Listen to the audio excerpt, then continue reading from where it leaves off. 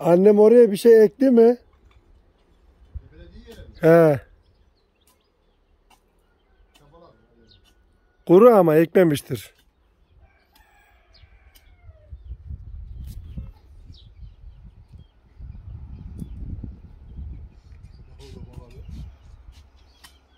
Ayağına vurmasın da. Baba gitti.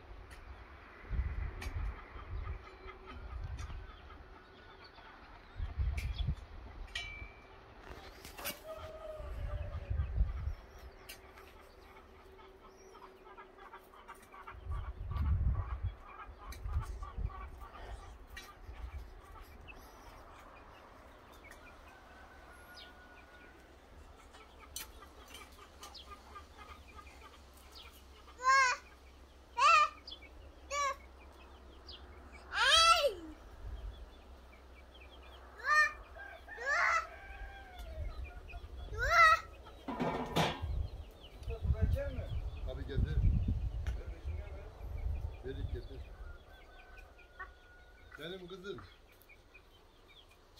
Dua gel. Tamam. Dua gel. Açar bulacak mı? Pelezden iyi. Niye? İçerik niye içmiyor? Dua. Gel gel gel. Buraya gel buraya. Gel kızım gel bak. Al al al. Hap hap. Dua. Al.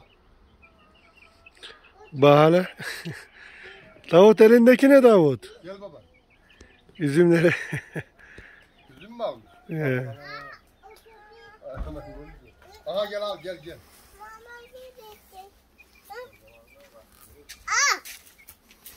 Düş.